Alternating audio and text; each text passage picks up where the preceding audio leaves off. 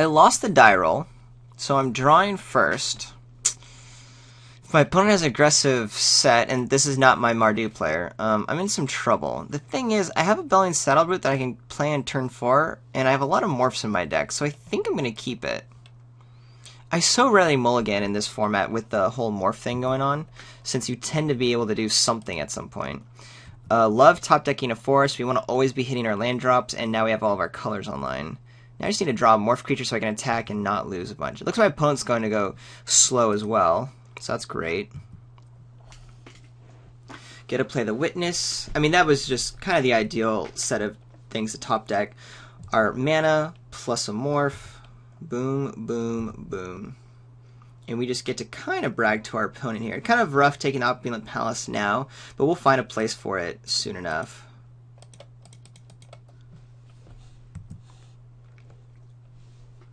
I will not be trading morphs if my opponent offers it, because I need, I don't need to, but I want to trigger raid. The Saddle Brute can start blocking my opponent's morphs soon enough.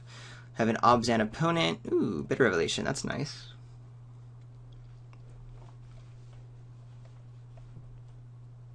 But the Saddle Brute should be able to start blocking the morph, especially if this is the only 3 colors we see, because there's nothing in those 3 colors.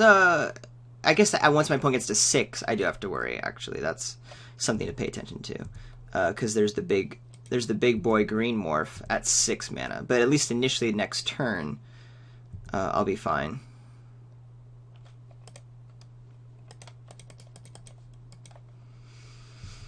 And then to follow up, I guess I'll have to wait and see if I draw an untapped land. If I'm stuck at 4, I might just want to go with a Wee Fate, because I want to keep hitting my land drops, and I don't want to be playing this as my 6th land drop. I want to get the Aerialist on at some point. Could be the Death Hitter here. That's interesting. I didn't think about that. The Death Hitter. It's a Ruthless Ripper. My opponent's representing it. What else? I mean, my opponent could just... Do I just call my opponent? I want to stay alive. I've had a bunch of other action. I don't think I should do this block.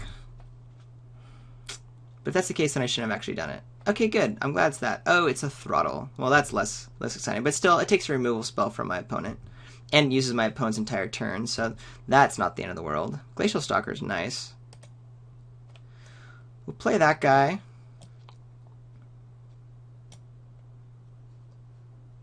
I'll play Monastery Flock and offer a trade, or just keep open the ability to morph it, should I choose that. Since my opponent's going to be able to do a morph flip anyway. That just gives me some nice defense while we wait for our 5 mana to untap.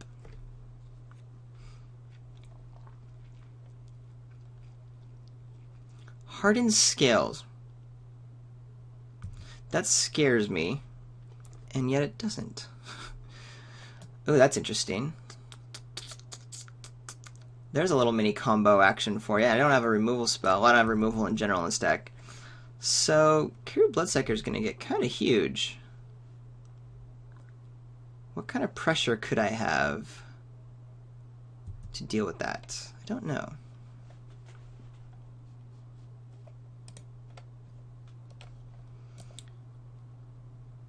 It does require my opponent to sacrifice creatures to start making this guy super big. So I think we just start doing the race game, right? I think we kind of have to.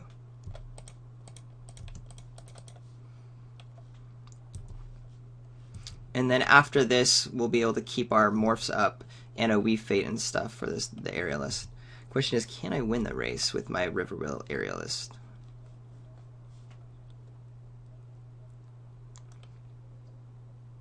Ooh. If one or more plus one can be placed on that. Okay, so it is only each time. It's not, you don't double the counters, it's just whenever something like that would happen. And you go. Alright, so I can attack with the Aerialists. Opponent can't block because my opponent can't activate it. This guy can get pretty big pretty soon. But I think I have to go there because my opponent's currently winning this race. Sadly. I will just leave up my morph abilities here. But man, if my opponent just starts sacrificing stuff, making both these guys ginormous, ouch. This becomes a 5/5 really fast. One sacrificial element, that's it. So I don't know how I can race that. Right now we're just going to either flip the morph if it's beneficial. Oh no, it's already getting big and regeneratory.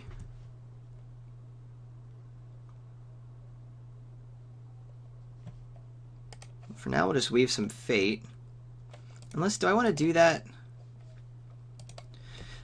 Well, my opponent has the regen up, so if I attack in, yeah, I get to do the attack, but then this guy just regenerates. I think I just want the cards right now.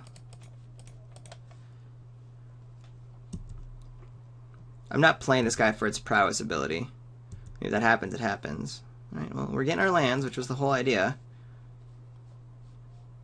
We're at 8 now. We can treasure cruise without delving. Even though it's our only delve card, so I might as well. Bottom in a spring, keeps us alive. I don't have really any attacks.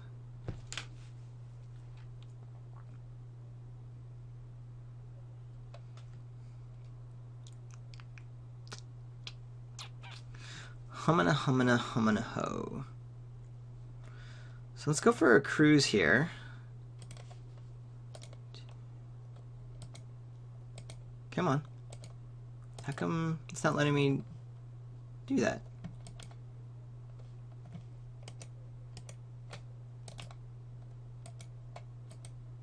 Oh, it's already, I get it. Sorry, guys.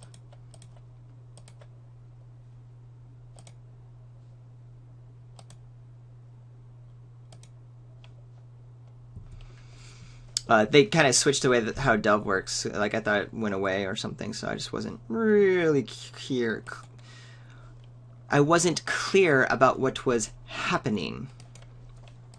Right, so I've always played my land for the turn, so all I can do is play this Embodiment of Spring, which I will do. No, that's fantastic. My opponent can start going off by, like, you know, well, the ping's not a big deal, but my opponent can keep the swarm of bloodflies back and just start, like, sacrificing stuff to make it big and the crew of bloodsucker big. And this, my deck doesn't really have ways to deal with this kind of, like, powerful combo. And creatures control vigilance. Well, isn't that a thing? I like seeing these cards in action because a lot of these cards are not traditionally used. Mainly because, I mean, if you'll notice, these are all, like, uncommons and a rare. So that they're powerful, but it's also, like... it's just I think my opponent did a good job of kind of, like, taking the opportunity to take some really good cards. Hopefully this wealth will get us there, but I wonder how many... 3, 4, 5, 6, 7, 8, 9... We'll do it for 11 next turn and see if we can just get something fantastic. But that does mean Sultai Banner right now. This goes into hand right now. Oh, it does on the battlefield, so maybe we sacrifice that. I just get a huge villainous wealth happening. I don't know if that's even going to win us the game, but it's worth giving a try. Right now, the only thing that's going through is this big old boy. We have 1, 2, 3, 4, 5, 6, 7. I want 2 here, so I still have 5 mana available. Flip my morph, doesn't matter, because I've got 1, 2, 3, 4, 5, 6. I can't... I do want to use the Embodiment Spring. I just want the maximum amount of Villainous Wealth. So we'll just go ahead and play our morph face down. And we can still flip the flock as well as do the embodiment if we need to. And we'll see if Villainous Wealth can kind of get us there.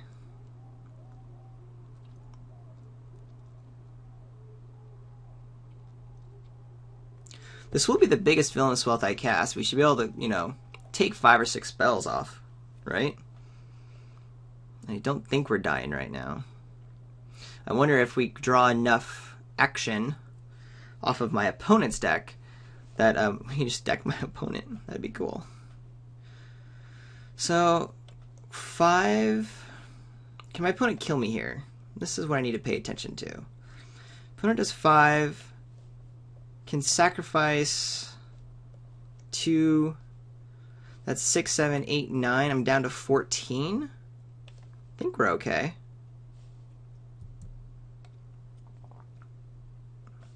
What else does this do? I just vigilance, block condition. Okay, that's okay. For now, we're fine. So an ancestor, that's okay. I mean, it's not okay. I don't know. I mean, I'm really... Villainous Wealth is my only out here, assuming I can just get so much gas that in, like, removal spells from my opponent's deck or something. I am going to flip the Monastery Flock now, since I'm going to be tapping out with my Villainous Wealth this turn.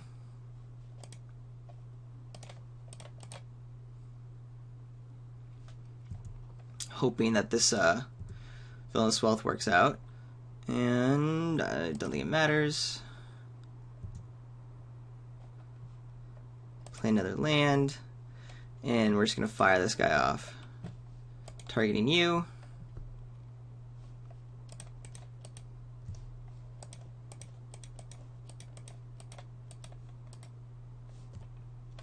X is 9. I like that.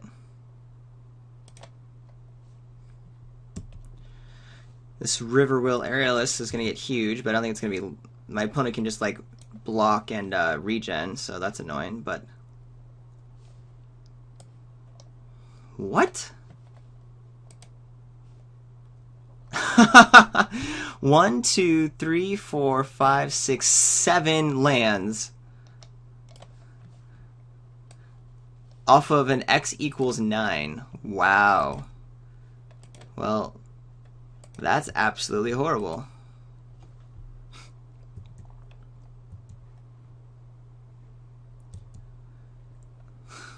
That's just, wow, I can't believe that. I really can't. That's so sad. I'm very sad right now. I don't know if I can win. That's my one hope. I'll have to F6 here. I'm so behind on time.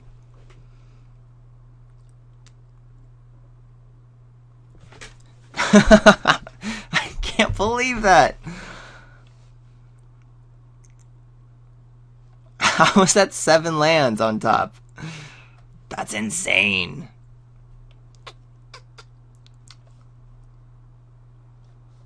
I guess my opponent has been functioning off of just 6, but wow. Wow! I'm so sad. I'm really very sad. How do I win this game? Can I win this game? For now, we're just going to chump with this guy, because I have to be chumping.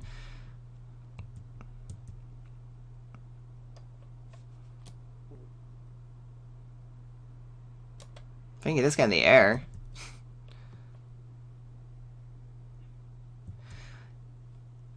I'm pretty sure I don't have anything in my deck that can get me out of this.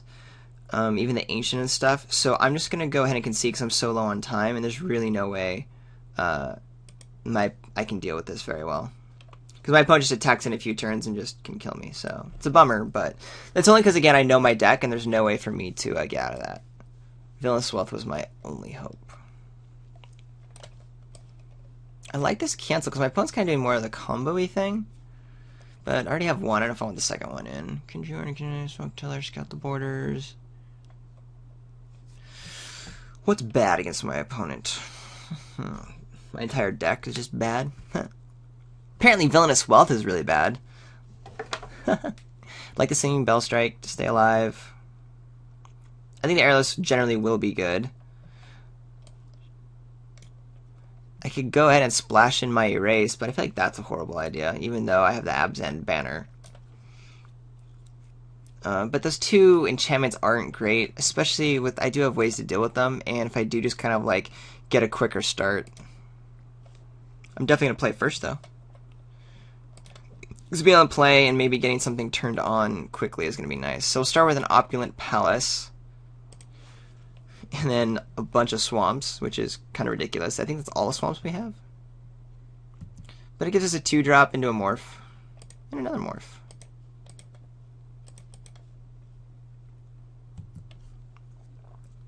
My opponent has all the butts in the world to go late. So that's kind of like a really fun way to see how this deck can work. Just like get all these really early things down. Protect, which is what I want to do too. But I'm fine not attacking.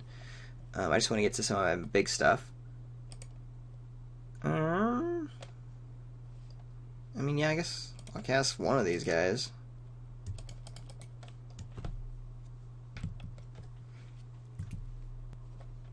But maybe, I I just really like how my opponent put together this deck and drafted it. Just probably drafted these guys nice and highly, saw that it was open on the other side of the table, and then found some of those uncommons and that rare to kind of make a really kind of interesting combo version.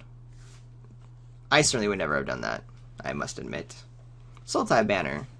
Alright, I guess we'll play you.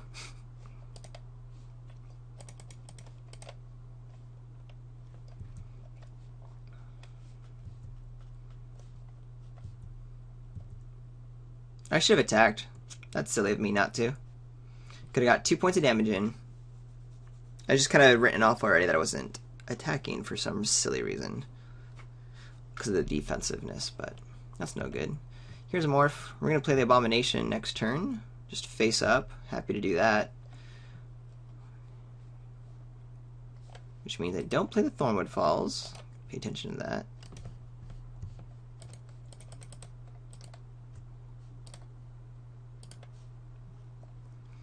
And hopefully try to get some action on in the air here in the somewhat nearest of futures. My opponent can attack him with the morph. I'll just block with my Highland Games.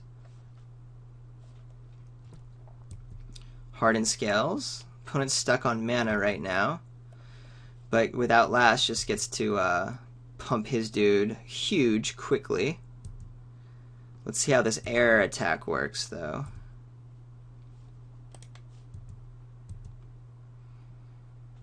See if with our looting and whatnot we can do some good things.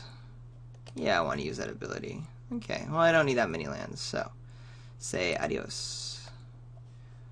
Do I want this guy to be able to flip? 1, 2, 3, 4, 5. If I do, I don't play the Sultai Banner. Yeah, I'm cool with that. Oh wait, I forgot I have this other banner too. If I had done 3... Yeah, I could have played the Sultai Banner and my Swamp and still had the more flip. So that's what I wish I had done. Because I do want to be able to get to like my Villainous Wealth and everything. I can cast anything else, but if I draw the Villainous Wealth, it'll be ginormous, so that'll be fun. And hopefully I don't get 7 lands. Gosh. Alright, so here's an interesting morph that matters.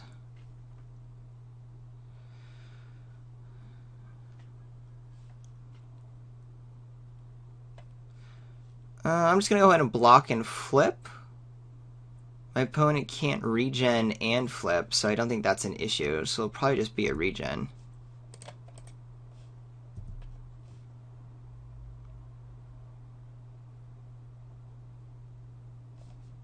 That's fine.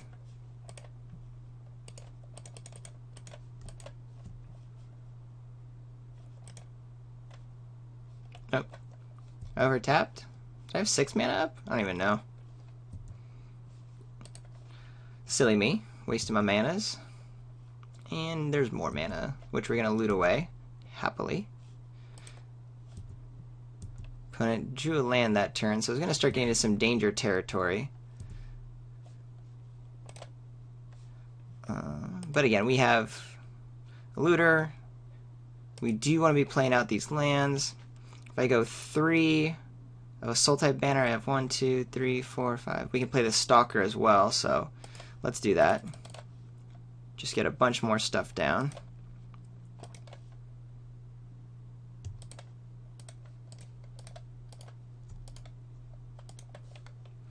The opponent knows I don't have any cards in hand, which is a little bit of a bummer, but I'm okay with that. It does mean nation gets worse because I'm not necessarily being able to loot, but I'll draw a card next turn, so...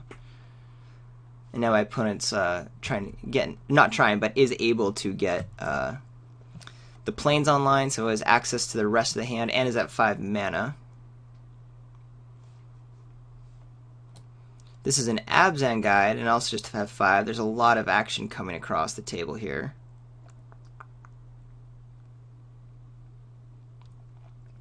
So I don't think I block the morph.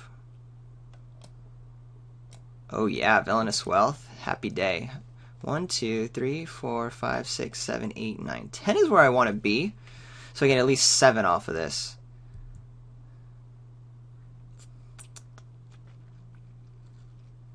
Is that too greedy?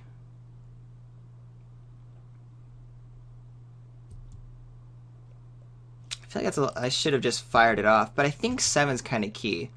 Because then you can cast everything. But yeah, I probably should have just fired the Villainous Wealth. Sure. Goodbye, Thornwood Falls. Let's just cast it.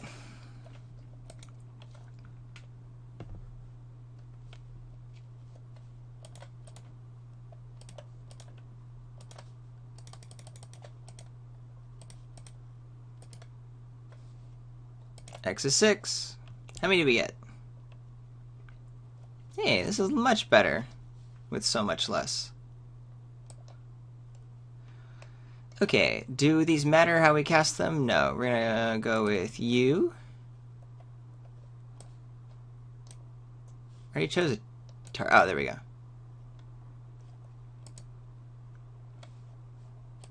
Cast this spell. Okay, so, sorry, my opponent was getting frustrated with how long it took me, but yeah, this was just going to be a pretty nice setup there. Yay, so Villainous Wealth won us that game, even though it was only for 6. Woohoo! And that's our goal, is to cast Villainous Wealth for as much as possible. Let's do that again.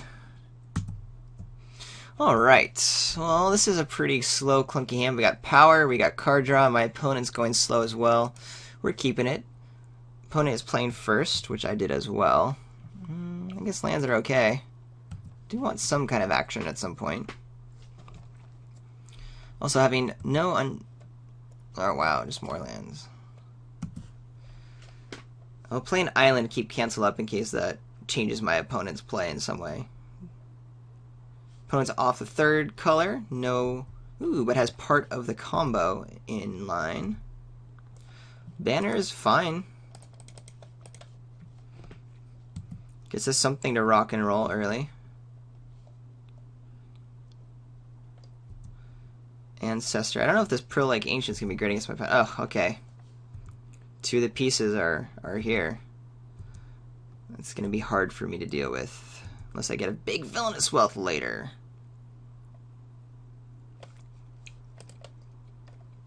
No reason for me to play the Wii Fit on my turn because I can't cast anything I draw. So I'm going to have 1 mana available. So I'll leave up my cancel. Hee. Which I don't have in hand. 2 more turns to get my Pearl Lake Ancient, which will be big, but my opponent could be so far ahead by then that it may not matter.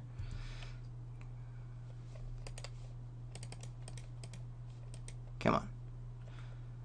Alright. So 1, 2, 3, 4, 5, 6. I guess we'll just get our aerialist down.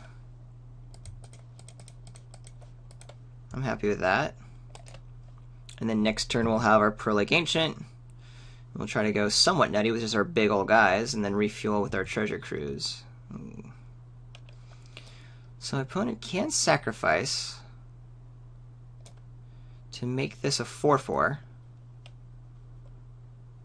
To attack with Disowned Ancestor and have a trick in hand.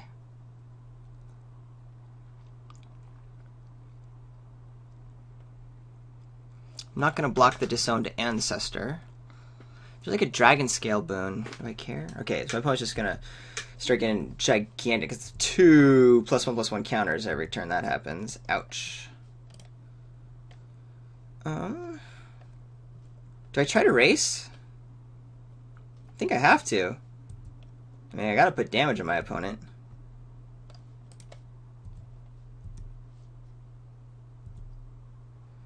And my 6/7 actually has at least somewhat,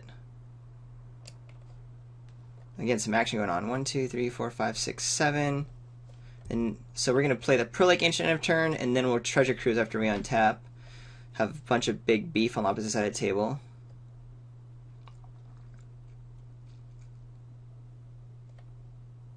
Hoping that the Pearl Lake Ancient eats one of my opponent's guys. Ooh, flyer.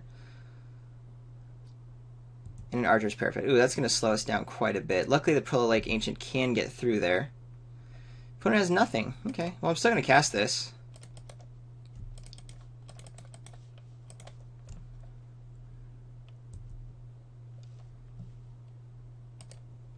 So if I attack him with both, the 4/8 has flying, doesn't kill my dude. If I take him with a Pearl Lake Ancient, though, 4, 5, 6, 7, 8. My opponent can block everything and kill it. 4, 5, 6, 4, 5, 6. So I have to play the Treasure Cruise first in order to get at least a 2-for-1 out of my opponent if my opponent wants to double block the Prolific Ancient. So we're going to go ahead and rock you. And 1, 2, 3, 4, 5. Boink.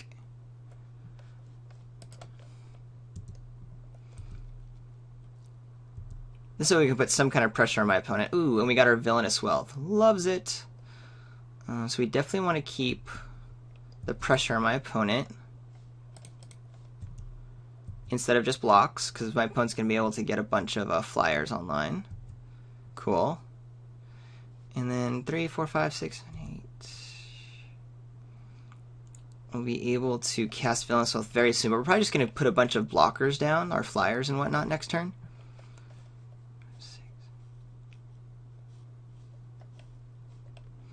And try to win with another huge Villainous Wealth. Casting Villainous Wealth every game. Life gain would be a problem here. The opponent can sacrifice. It's with toughness, right? This would be this guy. That's not really my game plan.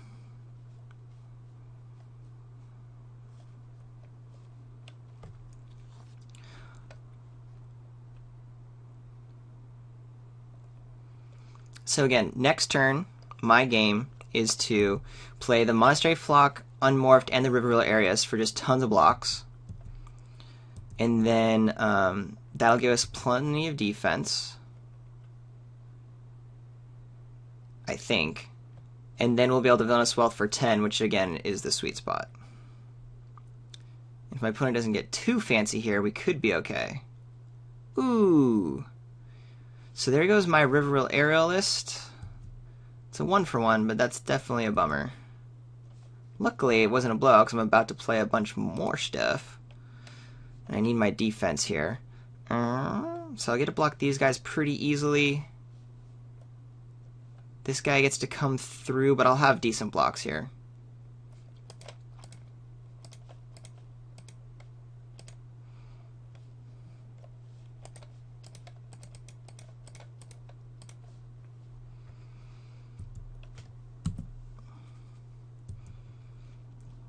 And then really the only question is, do I stay greedy and just keep playing my lands so I have them in hand? If we're sort of like, in a sense, caught. Right now the flock can go in front of its own ancestor, which is nice, because if my opponent uses a card to pump it to kill it, I'm okay with that. And if not, it just holds it back. The Crew Bloodseeker I have to be a little bit more careful about. Opponent could totally sacrifice the Parapet, put this guy in the air for 4.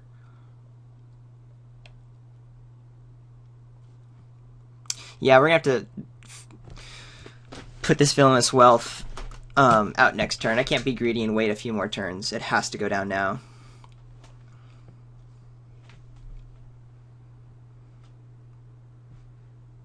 It's so fun casting Villainous Wealth. I'm just thinking right now, even if I cast this and I have another big whiff like the first game, I'm going to be happy. I got to cast Villainous Wealth every single game in this match. That is still fun magic.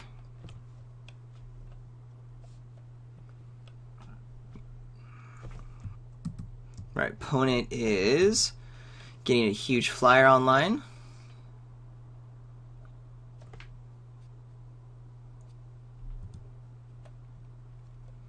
I presume passing the turn. Yep. Okay.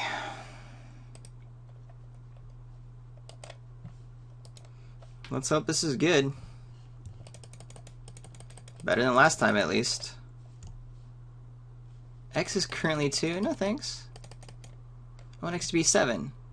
That's what I'm looking for.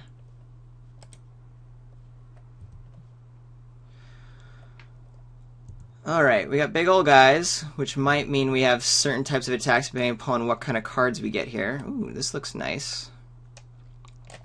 Alright. Yes, we are casting all of these spells. I want to cast Rotting Mastodon. Cast. I want to cast this guy. I want to cast this guy. And then the Armament Core I need to think about for a second. I want to cast... Oh, when it enters battle between... -4, -4. Who does this go to? My opponent can just sacrifice 1, 2, 3... But that would require 2 sacrifices, so we definitely want that guy killed. And then we have our big prowess guys. Let's see how my opponent handles all of this. My opponent can respond by sacrificing 2 creatures to keep the Kiru Bloodseeker.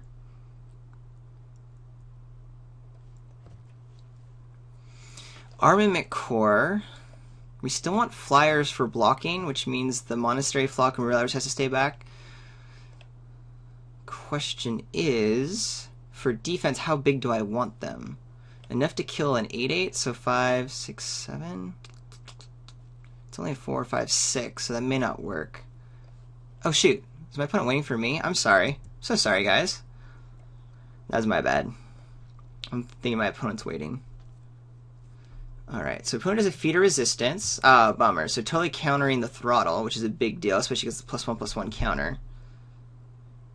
Which I think was really the only important... It is the only protection from black, which is nice.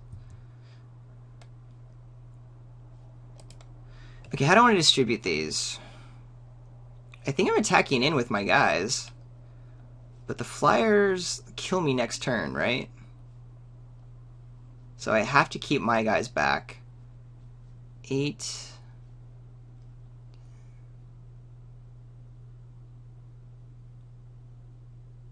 I'm only attacking with a Pearl Lake Ancient. And we're making it big enough so that it doesn't die if the Kiru Bloodseeker, like if my opponent sacrifices the Parapet and make the Kiru Bloodseeker big enough. We're keep our flyers back to block all this flying that's coming at me next turn.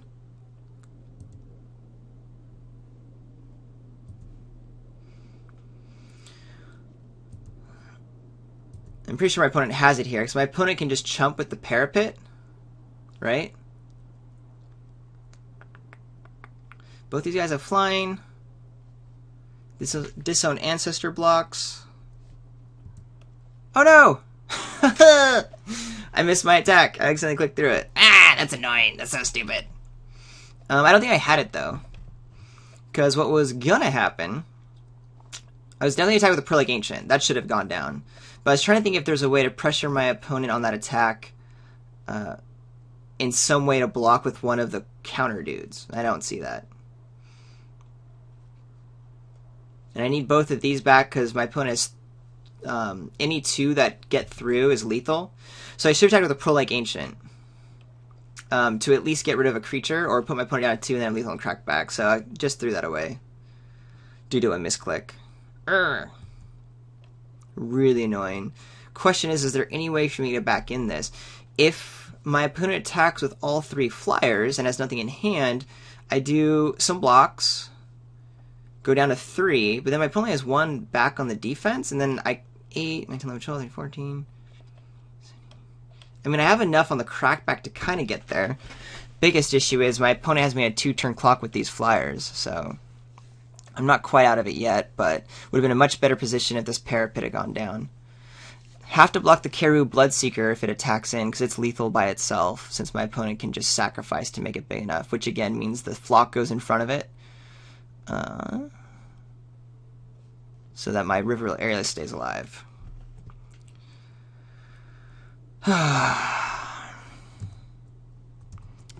Still, again, I'm just really sighing because of how lame it is that I didn't, that I accidentally clicked through the attack phase, because I was deciding, like, if I was going to do the Ancient with something else of one of my flyers, which I already talked about, shouldn't have done, but definitely need to attack with my 10-11 while I could. The whole reason I put the Armament Core counters on it, instead of, like, say, like one of my flyers to help, like, kill something in the defense, was because I really wanted to be able to attack in and not let my opponent do a block, double block, and sacrifice. So I wasted not only the attack, but the counters as well. That's frustrating. Oh well, I cast Villainous Wealth 3 times this match. I gotta remember that too. So, assuming my opponent has nothing, I already mentioned if my opponent tries to attack all in the air, we'll do a block with the Kiru Bloodseeker Aerialist on one of the other guys. The Flyers are blocking the Flyers no matter what. The real question is if that isn't the attack, because that's the bad attack. If my opponent attacks the Bloodseeker, no matter what flocks in front of it, because it's the only thing, because my opponent can just sacrifice, make it big, and kill it. We'll have to see how the blocks go down, but let's just say my opponent passes the turn, doesn't cast anything, is just on defense. Let's just say that happens. If I attack with everything, which would have to be lethal if that happens, because I already mentioned that if it isn't, I lose to the crackback. Alright, so my opponent is doing this. I haven't worked out that's the best attack, and who knows what my opponent has in hand, but we're going there. And I guess, does it really matter? Not really. We're going there. So the opponent probably has something in hand to make this good.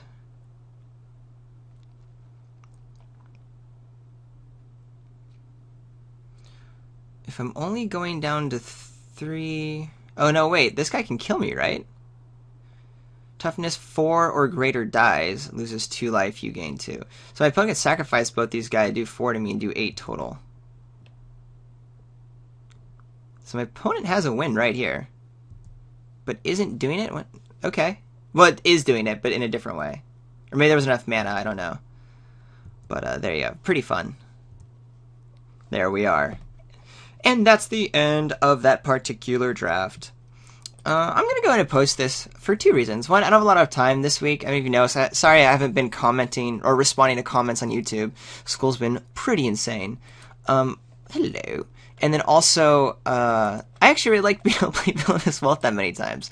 So instead of trying to spend more time getting a different draft on, I think this is interesting. Also, I'm aware of the fact that this was not a particularly well-drafted or well-played match, and that's always beneficial to me for stuff that I get to go back and replay and think about how I could do differently, and seeing your great feedback helps me figure it all out, so I appreciate that.